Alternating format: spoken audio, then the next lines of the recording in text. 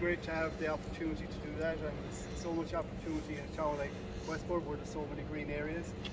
And it's kind of put me on a bit of a mission, like, to get more flowers into the area, more nectar for bumblebees. And it turns out that our gardeners are also curious how to help the bumblebees and the butterflies, which are in great need of help. And it's been a success story down through the years through the All-Ireland Pollinator Plan, and we know for a fact that it is working. The people have taken to it, and now that we know what to do, the bumblebee and the butterfly is doing a lot better. So through that then I've met more people, and you're meeting people with special interests in various things, people who are around Westport, observing and learning and sharing information. And it was always kind of a mystery. How does the river work? A lot of people had different ideas about whether the vegetation on the river is good or bad. The island up is fair green, and what are the benefits and what are the pluses and minuses. And we had a river walk in June, and we were delighted to have the experts in to let us know what the right story was. The genesis of this river walk was I was asked to do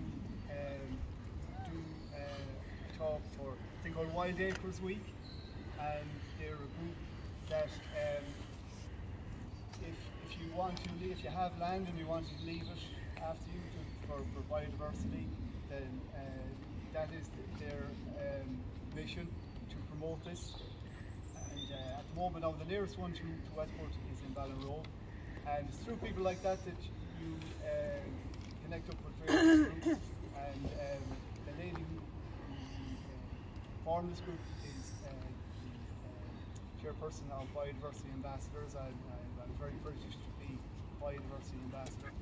And we had a lovely river walk that time with a guy called Ken Whelan, who's a freshwater biologist, Martin McGarrigle of Castlebar, who's done amazing work on how to look at the river, and just from looking at the vegetation and the creatures that's within it,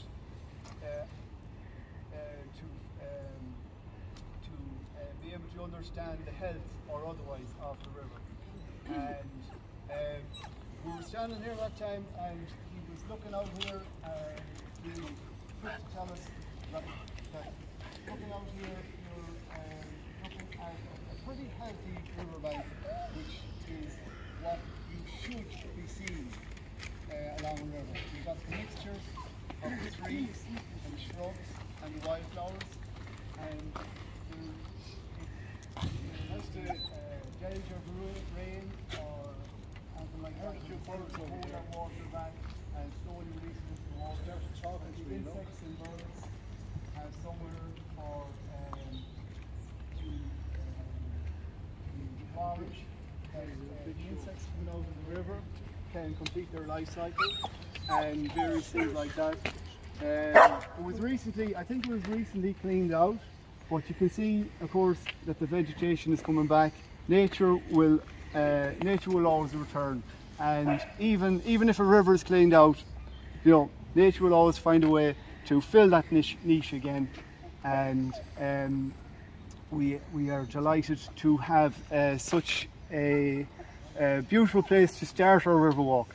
It's right beside Westport House, which interestingly is going to start a number of projects for biodiversity, and through a lady called Mary Reynolds, who is a landscape gardener involved in bringing wildlife into our gardens.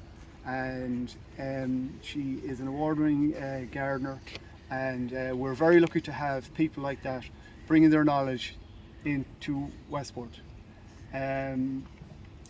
There is a number of ways of looking at the river. It is not only beautiful, but it is also